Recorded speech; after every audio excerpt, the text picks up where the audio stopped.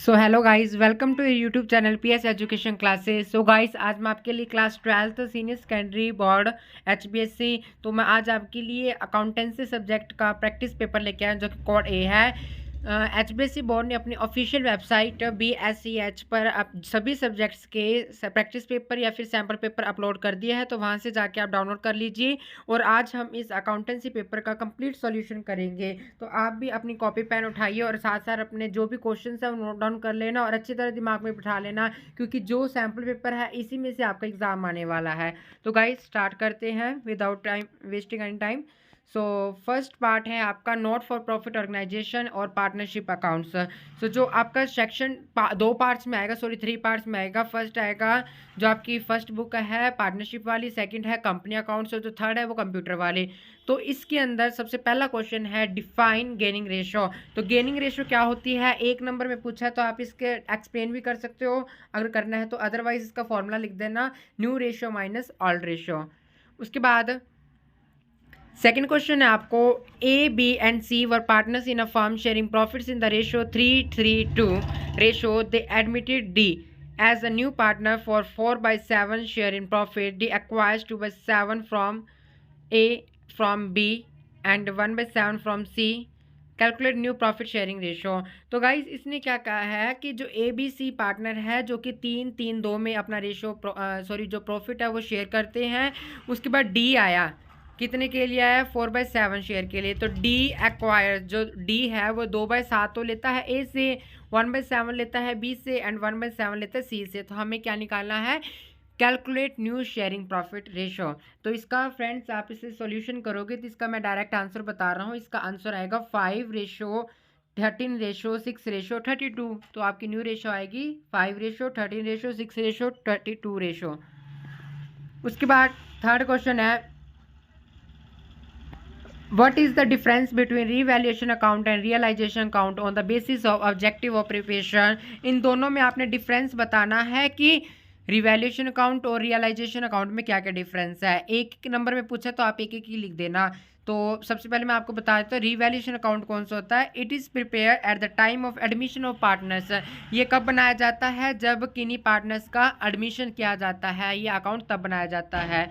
और realisation count क्या होता है, it is prepare at the time of dissolution of partners. जब किन्हीं पार्टनर्स का डिसॉल्व होती है, फिर पार्टनरशिप डिसॉल्व होती है या कोई पार्टनर डिसॉल्व करता है तब ये बनाया जाता है, या फिर किसी भी पार्टनर की डेथ हो जाती है या फिर रिटायर हो जाता है तब बनाया जाता है। तो आप एक एक पॉइंट भी लिख दोगे तो भी आपको पूरा 1 नंबर मिल जाएगा।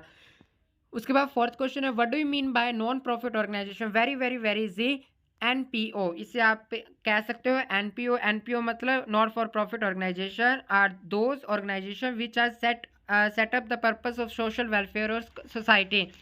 यह है समाज की सेवा करने के लिए जो संगठन बनाया जाता है, जो ऑर्गेनाइजेशन बनाया जाता है, that is called NPO, not for profit organisation. 1 number में है तो 1 या 2 लाइन में आप इसे एक्सप्लेन कर सकते हो। इसके नाम से पता चलता है, नॉट फॉर प्रॉफिट ऑर्गेनाइजेशन, अलाभकारी संगठन, जो लाभ न कमाने के उद्देश्य से जो संगठन, जो ऑर्गेनाइजेशन बनाई जाती है, डेट इज़ कॉल्ड NPO। उसके बाद फिफ्थ क्वेश्चन है, write to circumstances under which partnership firm is dissolve. कोई ऐसी दो आपने सिचुएशन या 2 सर्कमस्टांसेस या 2 परिस्थितियाँ ऐसी लिखनी है जिसके अनुसार साझेदारी फर्म का समापन होता है। तो मैं 2 बता रहा हूँ। When partner become of unsound mind, जब कोई भी पार्टनर अनसाउंड माइंड में होता है तब इसका डिसॉल्व होता है। और second, dissolution by law, law के द्वारा भी डेजोल्यूशन होता है। और भी बहुत सारे पॉइंट है, साझेदारों को इच्छा के द्वारा, या और भी आप बुक में से पढ़ के कोई भी 2 लिख सकते हो। इसे 2 पूछे तो आप 2 ही लिखोगे तो भी आपको 1 ही नंबर मिल जाएगा। उसके बाद 6 क्वेश्चन है, receipt and payments account is a dash account. तो आपको इसमें 3 ऑप्शन दे रखे हैं, पर्सनल, रियल और नॉमिनल। तो जो रिसिप्ट एंड पेमेंट अकाउंट है वो आपका रियल अकाउंट है। वेरी वेरी इंपॉर्टेंट, कौन सा अकाउंट है, रियल अकाउंट। ये आपसे पेपर में भी आ सकता है इस बार। तो रिसिप्ट क्या होता है, जो अपने पास कैश आता है। पेमेंट्स क्या होती है, जो अपने कैश जाता है। तो debit what comes in, credit what goes out, that is the rule of real account. उसके बाद 7th क्वेश्चन है, how will you deal with the following items while preparing the final accounts of a club. तो ये friends आपका एक सम दे रखा है छोटा सा, इसे आपने सॉल्व करना है और इसमें आपने बस इतना दिखाना है भी फाइनल अकाउंट्स में आप इसे कैसे शो करोगे। तो बस इसका आप सॉल्यूशन देख सकते हैं। उसके बाद 8th क्वेश्चन है, P and Q are partners in a firm. You are informed that P has withdrawn 10,000 from the firm in the beginning of every month and Q has withdrawn 1,50,000 from the firm. आपने क्या find करना है, calculate interest on partners drawing. तो इसकी मैं आपको बता देता हूँ, जो P की है वो 5,200 है और जो Q का इंटरेस्ट आएगा वो आएगा 6,000। आप इसे सॉल्व करके देखोगे तो ये मैं आपको डायरेक्ट आंसर बता रहा हूँ। उसके बाद 9th क्वेश्चन है, पास necessary journal entries for the following transaction. Very very easy question. तो फर्नीचर 20,000 रुपये were taken over by partner L for 80,000। 18,000 का फर्नीचर ले लिया किसने, पी ने, एल ने 18,000 का फर्नीचर ले लिया। तो 2,000 रुपये का क्या आएगा, लॉस। जो लॉस होगा वो रियलाइजेशन में अकाउंट में डाल दोगे। एज यू नो लॉस कहाँ जाता है, डेबिट में, because debit all the expenses and losses, all the expenses and losses were debited and all the income and gains were credited. So इसकी एंट्री होगी, P's capital account debit 18,000, realisation account debit 2,000, to furniture account कितना 20,000, क्योंकि 20,000 का taken over लिया है। उसके बाद second entry है, एक्सपेंसेस ऑफ रियलाइजेशन 4,000। तो जो भी रियलाइजेशन के एक्सपेंसेस होते हैं वो सीधे डायरेक्ट पे करने होते हैं। तो इसकी एंट्री होगी realisation account debit to bank account for 4,000। Very very easy question. So guys, जो आपको ये पैटर्न दे रखा है इसके आप क्वेश्चन ना एनालाइज भी कर सकते हो, क्योंकि ये जरूरी नहीं भी सेम क्वेश्चन आ जाए, आपको इसकी इक्वेशन या फिर कोई भी डिजिट वगैरह ऊपर नीचे हो सकता है, बाकी क्वेश्चन इसी तरह आएगा। इसीलिए बोर्ड ने ये सैम्पल पेपर लागू किया है। उसके बाद 10th क्वेश्चन है, ये आपका 4 नंबर का, ये आप सॉल्व करके देखना। उसके बाद 11th क्वेश्चन है, इसके अंदर आपको क्या करना है, prepare seize capital account. Very very easy question और ये भी आपका 4 नंबर का है। उसके बाद आपका एक 12th क्वेश्चन है, P Q and R were partners sharing profits and losses in the ratio 5:3 their balance sheet as a date दे रखी है। तो आपने क्या करना है, इसके अंदर ये आपको बैलेंस शीट दे रखी है, आपको इसके अंदर कुछ एडजस्टमेंट दे रखी है, इसे सॉल्व करोगे। इसके अंदर आपने revaluation account, capital account and balance sheet बनानी है। बहुत ज़्यादा इजी क्वेश्चन, आप करके देखना। उसके बाद explain the accounting treatment of goodwill at the time of admission of new partner in the books of partnership firm with the help of suitable example.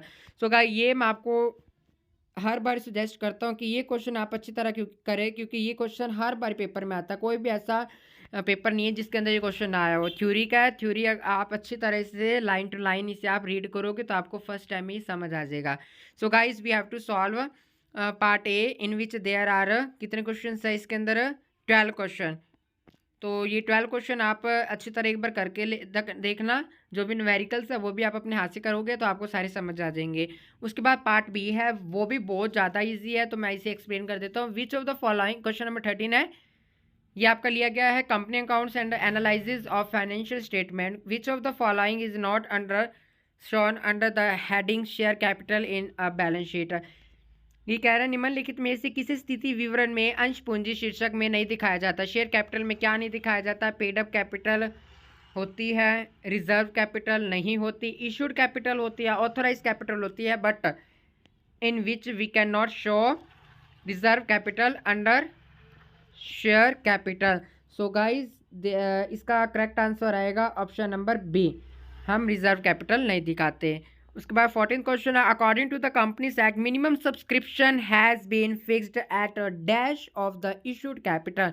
Very very easy, और इसका आएगा आपका 90%। कितना ले सकते हो, 90%। भाई कंपनी अधिनियम के अनुसार कंपनीज एक्ट आपको याद होना चाहिए 2013, कंपनीज एक्ट है 2013। तो उसके अनुसार न्यूनतम विधान मतलब मिनिमम सब्सक्रिप्शन की राशि इशूड कैपिटल के कितनी निर्धारित होनी चाहिए, तो ये होनी चाहिए 90%। ये अगर आप कॉलेज में भी करोगे बीकॉम या फिर सीए के एग्जाम में तो ये भी क्वेश्चन आपसे हर बार पूछते हैं, तो ये आप अच्छी तरह माइंड में बिठा लेना। 15th है, name any 2 items which can be disclosed under reserve and surplus. So guys, इसका करेक्ट आंसर आएगा, फर्स्ट है profit and loss and second है जर्नल रिजर्व। 16th है write the name of two tools used for the analysis of the financial statement. वित्तीय विवरणों के विश्लेषण analysis के लिए प्रयोग की जाने वाली किन्हीं दो विधियों के नाम लिखने हैं। तो फर्स्ट है कॉमन साइज स्टेटमेंट और सेकंड है कंपैरेटिव साइज स्टेटमेंट। और भी है वो आप अपनी बुक में देख के कोई भी टू लिख सकते हो। बहुत ईजी क्वेश्चन पेपर आया हुआ आपका प्रैक्टिस पेपर। 17th है as per the SEBI. So guys एक और मैं क्वेश्चन यहीं से बता देता हूँ जो यहाँ पे आपको सेबी दे रखा है। सेबी की फुल फॉर्म आपसे एग्जाम में पूछ सकते हैं, तो आप इसके पढ़ के जाना। मैं बता देता हूँ securities and exchange board of India guidelines and amount equal to dash of the debenture issued must be transfer to debenture redemption reserve because redemption. तो गाइज इसका आंसर आएगा 25%।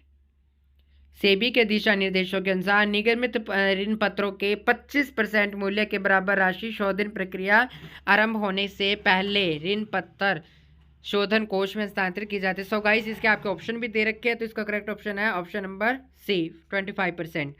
18th है debenture represent the investment of equity shareholder. So guys their answer is a false. इसका आएगा false. Okay उसके बाद 19th है right any two limitations of analysis of the financial statement. कैनी आपने कोई टू ऐसी लिमिटेशंस लिखनी है जो कि वित्तीय विवरणों के विश्लेषण की होती है। 20th है 5 journal entry for the issue of debenture in the following condition. आपने इसकी जर्नल एंट्रीज करनी है, बहुत ईजी है। फिर 21 है, ये भी आपके पास एंट्रीज वाला है। 22 भी आपके पास न्यूमेरिकल है। 26 सो गाइस उसके बाद आपके पास सारे न्यूमेरिकल है। उसके बाद what is difference between capital reserve and reserve capital. 4 marks में बहुत ईजी आया हुआ है। Explain the accounting treatment of forfeiture and reissue of shares in the books of company. तो आपने बताना है फॉरफीचर एंड रीइश्यू का अकाउंटिंग ट्रीटमेंट क्या है, इसकी न्यूमेरिकल आपने इसकी जर्नल एंट्रीज बतानी है। तो मैं आपको एक बार बता देता हूँ जर्नल एंट्रीज क्या होती है फॉरफीचर की। फॉरफीचर की जर्नल एंट्री क्या होती है, जितने भी शेयर्स आपने फॉरफिट करे हैं तो उसको आपने मल्टीप्लाई करना है जितने की आपकी पेड अप या कॉल्ड अप जितनी अब तक उसने मांगी है। तो गाइस इसकी होएगी share capital account debit to calls in arrear account to share forfeiture account. Reissue की क्या होएगी bank account debit to share capital अगर एट पार पे करा है तो, अगर डिस्काउंट पे करा है तो bank account debit share forfeiture account debit to share capital account. अगर इसी कोई रीइश्यू किस पे करा है सिक्योरिटी प्रीमियम मतलब प्रीमियम पे करा है तो क्या होएगी bank account debit to share capital account to share security premium reserve account. हाँ एक क्वेश्चन आपसे ये भी पूछ सकते हैं कि जो आपका जब आप शेयर्स इशू करते हो तो कितने मेथड से कर सकते हो। तो आप सिर्फ 2 मेथड से कर सकते हो। कौन कौन से, एट पार और एट प्रीमियम पर। और रीइश्यू कितने टाइप से कर सकते हो, और 3 टाइप से, at par, at premium, at discount. इतना और पूछ सकते हैं ऐसे कौन से शेयर्स है जिसे डिस्काउंट पे शेयर इशू कर सकते हैं, तो वो कौन से होते हैं sweat equity share. Very very important, ये आपके पेपर में पूछ सकते हैं। उसके बाद है part C computerised accounting system. Computer से रिलेटेड है, तो मैं आपको इतना बता देता हूँ इसके अंदर क्या चीज़ कंपलसरी होता है, क्या चीज़ कंपलसरी नहीं होता, क्या करना था क्या नहीं करना था। जो आपका पार्ट ए है जो कि आपका पार्टनरशिप जो आपने अभी करा है तो आपको कंपलसरी होता है, वो करना ही करना होता है। जो पार्ट बी और पार्ट सी है इन दोनों में से कोई आप दोनों में से कोई एक कर सकते हो। तो इसके आप देख लेना। DBMS की फुल फॉर्म क्या होती है, database management system. Very very easy, DBMS I hope आप सभी ने करा होगा। उसके बाद explain the function of spreadsheet. Spreadsheet के कार्यों का वर्णन करना। इसके अंदर हम जोड़ घटा कर सकते हैं, शीट्स बना सकते हैं, वी लुक का एच लुक का फॉर्मूला लगा सकते हैं, बिजनेस फॉर्मूला लगा सकते हैं, अकाउंटिंग फॉर्मूला से लगा सकते हैं। बहुत सारे इसके फंक्शन है, आप कोई भी इसमें लिख सकते हो। एक्सेस ओवर एक्सेल का क्या फ़ायदा है, इसके आपके एडवांटेज लिखनी है, वो बहुत इजी है, वो भी आप कर सकते हो। What is coding, why codification is required for an accounting software. Coding क्या है एक लेखा प्रणाली में, मतलब अकाउंटिंग सॉफ्टवेयर के लिए इसे संहिताकरण क्यों आवश्यक है, क्यों इंपॉर्टेंट है, तो आपने इसे एक्सप्लेन करना है।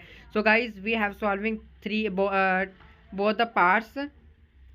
आई होप आपको सभी समझ आए होंगे। अगर आपको कोई भी डाउट है तो you can ask from me freely in comment section. I will reply in next video. So guys ये थे हमारे आज का अकाउंटेंसी पेपर क्लास 12 कॉड ए। इसके बाद हम कॉड बी करेंगे, तो प्लीज़ चैनल को सब्सक्राइब करके रखिए, साथ ही बेल आइकन पर क्लिक कर देना ताकि नेक्स्ट वीडियो आएगी तो आपके फ़ोन की घंटी ऑटोमेटिक बज जाएगी कि पार्ट बी आ चुका है, कॉड बी आ चुका है। सो गाइज अगर आपको कोई और सब्जेक्ट से रिलेटेड आपको वीडियो चाहिए तो आप मुझे ज़रूर बताना। So guys thank you, have a nice day.